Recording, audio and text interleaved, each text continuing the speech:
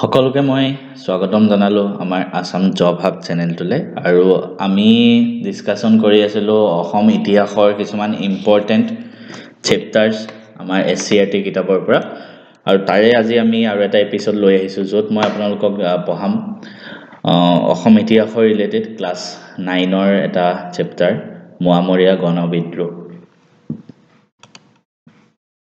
third চেপ্টাৰটো হয় এটো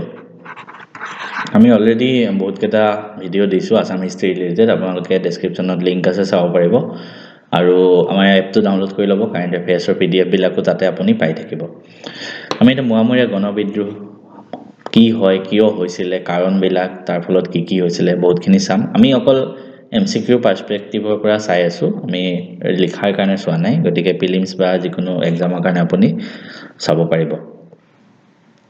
important point বিলাক মই হাইলাইট কৰি গৈছো আৰু আপোনালোকে নিজৰ বহি উলিয়াই লওক লিখি যাব আজি আমি অসমীয়াতে ডিসকাশন কৰিম বেছি ভাল লাগে অসমীয়াত পঢ়ি ইংলিশ মিডিয়ামৰ সকলো ইমান কথা নাই কথাখিনি কওঁতে আপুনি নোট কৰি যাব পাৰিব প্ৰথম কথা মোৱামৰীয়া বিদ্ৰোহ কাৰ দিনত আৰম্ভ হৈছিল লক্ষ্মী সিংহ কোন আহোম ৰজা লক্ষ্মী সিংহৰ দিনত মোৱামৰীয়া বিদ্ৰোহ আৰম্ভ হৈছিল আপোনালোকে যদি নোটছ বনাইছে তাত যেবিলাক পইণ্ট কওঁ মই আপুনি নোট কৰি গৈ থাকিব তাতে এটা মোৱামৰীয়া সকলনো হয় কোন আমি হেতু জানিব লাগিব মোৱামৰীয়া শব্দটো মায়ামৰা শব্দৰ পৰা আহিছে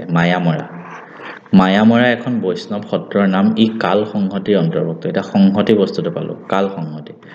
মোৱামৰীয়া শব্দটো মায়ামৰাৰ পৰা আহিছে এখন সত্ৰ হয় তাৰপিছত আমি জানিলো যে কিবা কাল সংহতি বুলি কিবা এটা বস্তু আছে এটা কাল সংহতি কি নহয় আমি এবাৰ চাব যাওঁ যেতিয়া শংকৰদেৱে সত্ৰ আৰু মাধৱদেৱৰ দ্বাৰা প্ৰচাৰিত নৱবৈষ্ণৱ ধৰ্ম যেতিয়া প্ৰচাৰ হৈছিল তাৰ ফলত কিছুমান সত্ৰ গঢ়ি উঠিছিল শংকৰদেৱৰ যেতিয়া মৃত্যু হয় তাৰ পিছত সেই সত্ৰসমূহৰ মাজত আভ্যন্তৰীণ কিছুমান কাজিয়া পেচালৰ সূত্ৰপাত হয় আৰু যাৰ ফলত এই সত্ৰসমূহ ভাগ হৈ চাৰিটা ভাগত ভাগ হয় এটা আছিল ব্ৰহ্ম সংহতি এটা আছিল পুৰুষ সংহতি এটা কাল সংহতি আৰু এটা নিকা সংহতি চাৰিটা সংহতি মনত ৰাখিব পাৰে ব্ৰহ্ম পুৰুষ কাল আৰু নিকা এই মায়ামৰা সত্ৰখন এই কাল সংহতৰ এই অন্তৰ্ভুক্ত হয় আৰু এই মায়ামৰাৰ মুখ্যতম মৰাণ জনগোষ্ঠীৰ লোকসকল আছিল এই সত্ৰৰ শিষ্য গতিকে আমি প্ৰথমতে মোৱামৰীয়া সকলৰ বিষয়ে শিকিলো যিবিলাক পইণ্ট মই হাইলাইট কৰা আছে আপোনালোকে সেইবিলাক বহিত লিখি ৰাখিব তাৰপিছত মোৱামৰীয়া বিদ্ৰোহৰ কাৰণ কি অলপ আগত আমি জানি আহিলো যে লক্ষ্মী সিংহৰ দিনত এই বিদ্ৰোহ আৰম্ভ হৈছিল আৰু শেষ কাৰ দিনত হৈছিল জানেনে কমলেশ্বৰ সিংহৰ দিনত ঠিক আছে এই দুটা পইণ্ট মনত ৰাখিব লক্ষ্মী সিংহৰ আৰম্ভ কমলেশ্বৰ সিংহৰ দিনত শেষ হৈছিল মোৱামৰীয়া বিদ্ৰোহ কাৰণ কি আছিল কাৰণ বহুত কেটা আছে তো আমি বহুত কেটা কাৰণ চাওঁ প্ৰথমতে আমি চুৰামফা ভগা ৰজা চুৰামফাৰ নাম আছিল ভগা ৰজা আমি আৰু এটা বস্তু জানিলো পৰীক্ষাত যদি আহে ভগা ৰজা নাম কি চুৰামফা আসল নাম তেওঁৰ দিনত মায়ামৰা সত্ৰৰ সত্ৰাধিকাৰ গুৰু নিত্যানন্দ দেৱক হত্যা কৰা হৈছিল ভগা ৰজাৰ দিনত তাৰ উপৰি গদাধৰ সিংহৰ যেতিয়া ৰজা আছিল তেওঁৰ নিৰ্দেশত বৈকুণ্ঠদেৱ মহন্ত হত্যা কৰিলে তাৰ পিছত ৰুদ্ৰ সিংহৰ ৰজা হোৱাৰ পিছত তেওঁ ৰাজসভাত চতুৰ্ভুজদেৱ মহন্তক দুৰ্ব্যৱহাৰ কৰিলে আৰু সবতকৈ বেছি বেয়া তেওঁলোকৰ তেতিয়া লাগিলে কাৰণ সত্ৰৰ মানুহবিলাকে তেওঁলোকে কি আছিল বৈষ্ণৱ ধৰ্মৰ দ্বাৰা তেওঁলোক প্ৰভাৱান্বিত আছিল বৈষ্ণৱ ধৰ্মত কি হয় তেওঁলোকে পূজা পাতল বিশ্বাস নকৰে তেওঁলোকে মানে এজন দেৱতাক পূজা কৰে বিষ্ণুক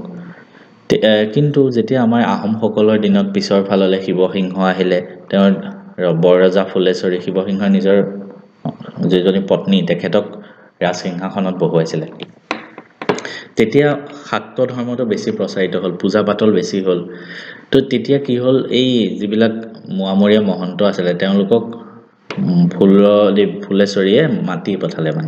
মাটি পঠাই তেওঁলোকৰ কপালত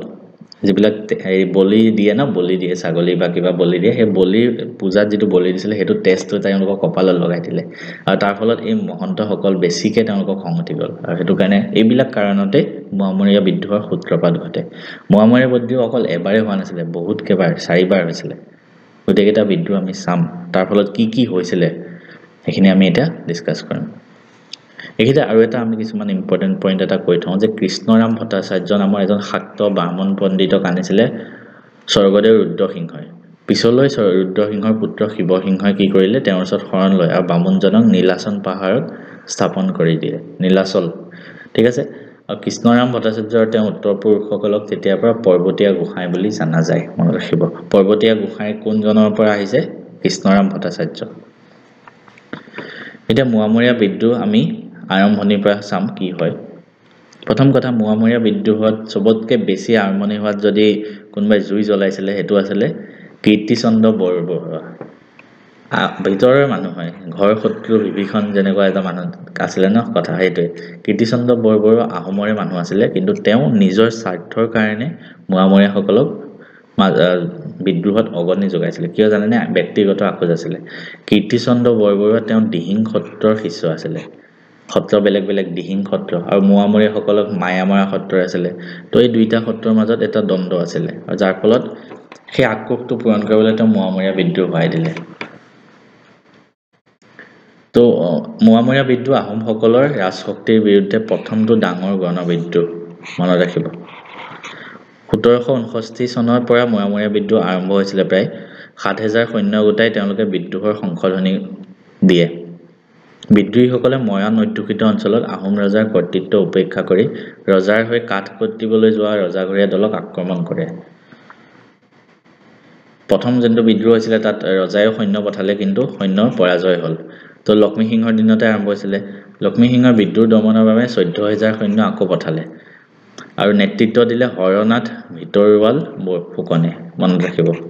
প্ৰথমবাৰ যোনে নেতৃত্ব দিছিলে হৰনাথ ভিতৰুৱাল ফুকন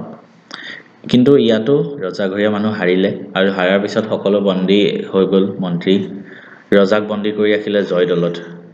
লক্ষ্মীসিংহক জয়দলত বন্দী কৰি ৰাখিলে কীৰ্তিচন্দ্ৰ আৰু বহুতক বন্দী কৰি ৰাখিলে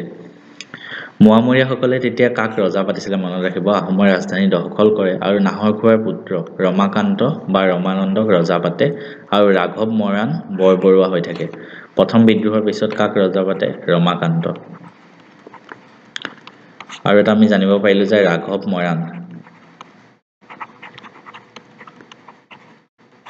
বৰবৰুৱা হৈ থাকে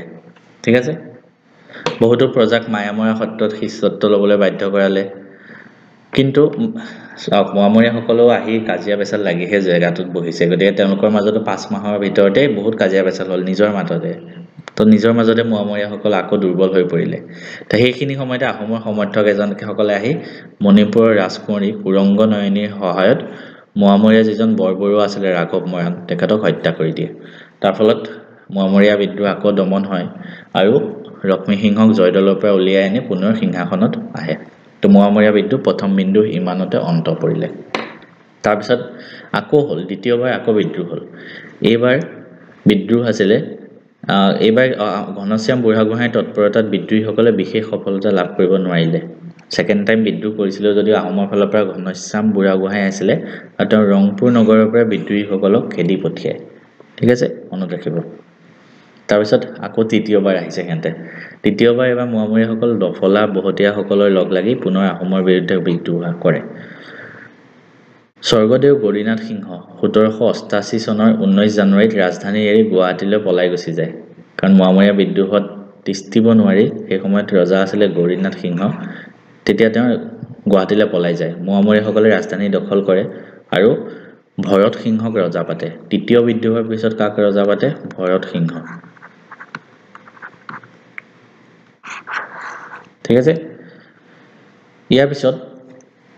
আহোমসকলৰ তেতিয়া বুঢ়াগোহাঁই আছিলে পূৰ্ণানন্দ বুঢ়াগোহাঁই অসমৰ ইতিহাসত এটা নাম জ্বলা নাম এওঁৰ ফলতেই আহোমসকল বহুত শক্তিশালী হৈ আছিলে মোৱামৰীয়া বিদ্ৰোহৰ সময়তে আৰু কঠোৰ হাতেৰে একেতে দমন কৰিছিলে পূৰ্ণানন্দ বুঢ়াগোহাঁই আচল নামটো মনত ৰাখিব লাৰী গোহাঁই কি আছিলে লাৰী গোহাঁই ঠিক আছে তো এই পূৰ্ণানন্দ বুঢ়াগোহাঁই যেতিয়া আহে বুঢ়াগোহাঁই হিচাপে তেতিয়া তেওঁ মোৱামৰীয়া বিদ্ৰোহ দমন কৰিবলৈ বহুত চেষ্টা কৰে আৰু তেওঁ বহুতখিনি ক্ষেত্ৰত সফলো হয় তৃতীয় বিদ্ৰোহটো দমন কৰাত তেতিয়া কি আছিলে যিহেতু তৃতীয়বাৰ বিদ্ৰোহ চলি আছে আহোমসকলেও পাৰা নাই ৰজা পলাই গ'ল গৰিনাথ সিংহ গুৱাহাটীলৈ তো লাষ্টত উপায় নাপায় তেতিয়া ইংৰাজৰ কাষ চাপিব লগা হ'ল বংগদেশত থকা ইংৰাজৰ যিটো ইষ্ট ইণ্ডিয়া কোম্পানী তাৰ সামৰিক সাহায্য আহোমসকলে গৈ তেওঁলোকৰ ওচৰত হাত পাতে আৰু স্বাভাৱিকতে ইংৰাজেও চল বুজিলে কাৰণ অসমখন সম্পদৰে ভৰা ঐশ্বৰ্যশালী আছিলে তো ইংৰাজে অসমত শাসন কৰাৰ বাবে তো আহোমৰ লগ লাগিবই কাৰণ আহোমক যদি সহায় কৰে তো ভালহে তেতিয়া কি হ'ল মোৱামৰীয়া বিদ্ৰোহ দমন কৰি আহোম ৰাজক পুনৰাই সিংহাসনত প্ৰতিষ্ঠা কৰিবৰ কাৰণে ব্ৰিটিছ প্ৰশাসনৰ ফালৰ পৰা আহিলে কেপ্টেইন থমাছ ৱেলছ সেই সামৰিক অভিযানৰ নেতৃত্ব দিলে ইম্পৰ্টেণ্ট পইণ্ট মনত ৰাখিব মোৱামৰীয়া বিদ্ৰোহৰ বিৰুদ্ধে যুঁজিবলৈ ব্ৰিটিছৰ পৰা প্ৰথম আহিছিলে কেপ্টেইন থমাছ ৱেলছ নেতৃত্বাধীন এটা সেনাবাহিনী 1792 চনত অসমলৈ ইংৰাজৰ প্ৰথম আক্ৰমণ কেতিয়া হৈছিল এইটো আহিব পাৰে স্বৰ্গদেউ গৰিনাথ সিংহৰ আমন্ত্ৰণতে হৈছিলে গৰিনাথ সিংহ গুৱাহাটী পলাই গুচি গ'ল মোৱামৰীয়া বিদ্ৰোহৰ কাৰণে তেতিয়াই তাৰপিছত কি হ'ল গৰিনাথ সিংহক কেপ্টেইন থমাছ ৱেলছে সহায় কৰিলে আকৌ এবাৰ ঘূৰি অহাত আৰু তেওঁলোকৰ মাজত চুক্তি হ'ল এই চুক্তিকেইটা মই ইয়াত লিখি দিছোঁ আপোনালোকে পঢ়িব ইচ্ছা থাকিলে পঢ়িব পাৰিব আৰু পিছত মোৱামৰীয়াসকল পলাই গুচি যায় কিন্তু এইখিনিতে আৰু এটা কথা ইম্পৰ্টেণ্ট হৈ গ'ল তাৰপিছত ব্ৰিটিছৰ নতুন গভৰ্ণৰ জেনেৰেল কোন হ'ল ছাৰ জন চৰে তেখেতে নতুন নিয়ম এইটো গ্ৰহণ কৰিলে যে পৰৰ ৰাজ্যত হস্তক্ষেপ বিৰোধী নীতি তেওঁৰ মতে আমি বেলেগ ৰাজ্যবিলাকত বা বেলেগ ৰাষ্ট্ৰত আমি গৈ হস্তক্ষেপ কৰোঁ তাত অধিকাৰ কৰোঁ সেইবিলাক আমি বৰ্জন কৰিম কোনে আনিলে ছাৰ জন চোৰ ঠিক আছে তো তেখেতে তেতিয়া অলৰেডি কেপ্টেইন থমাছ ৱেলছ অসমত আছে গৰিনাথ সিংহৰ লগত যুদ্ধত সহায় কৰি আছে কিন্তু কি হ'ল যেতিয়া নতুন গভৰ্ণৰ জেনেৰেল হৈ গ'ল তেওঁ এইটো পৰৰ ৰাজ্যত হস্তক্ষেপ বিৰোধী নীতি গ্ৰহণ কৰিলে তো তেওঁ কেপ্টেইন থমাছ ৱেলছক মাতি পঠালে যে ঘূৰি আহক কাজিয়া পেচাল কৰি থাকিব নালাগে কিন্তু গৰিনাথ সিংহ বা আহোমসকলে বহুত ৰিকুৱেষ্ট কৰিছিলে কাৰণ ব্ৰিটিছসকল আছে তেওঁ তাৰ ফলতে আহোমসকল শক্তিশালী হৈ আছিলে কিন্তু উপায় নাপায় থমাছ ৱেলছ পুনৰ গুচি গ'ল তাৰ ফলত মোৱামৰীয়াসকল আকৌ সাহ পালে আকৌ চতুৰ্থবাৰৰ বাবে মোৱামৰীয়াসকলে আহোম আক্ৰমণ কৰিবলৈ সাহস পালে মোৱামৰীয়াসকল আহিল আকৌ ৰংপুৰ দখল কৰে উপায় নাই ব্ৰিটিছ গুচি গ'ল বাধ্য হৈ সেই সময়ত স্বৰ্গদেউ ৰজাই যোৰহাটলৈ ৰাজধানী স্থানান্তৰ কৰে যোৰহাটত লৈ যায়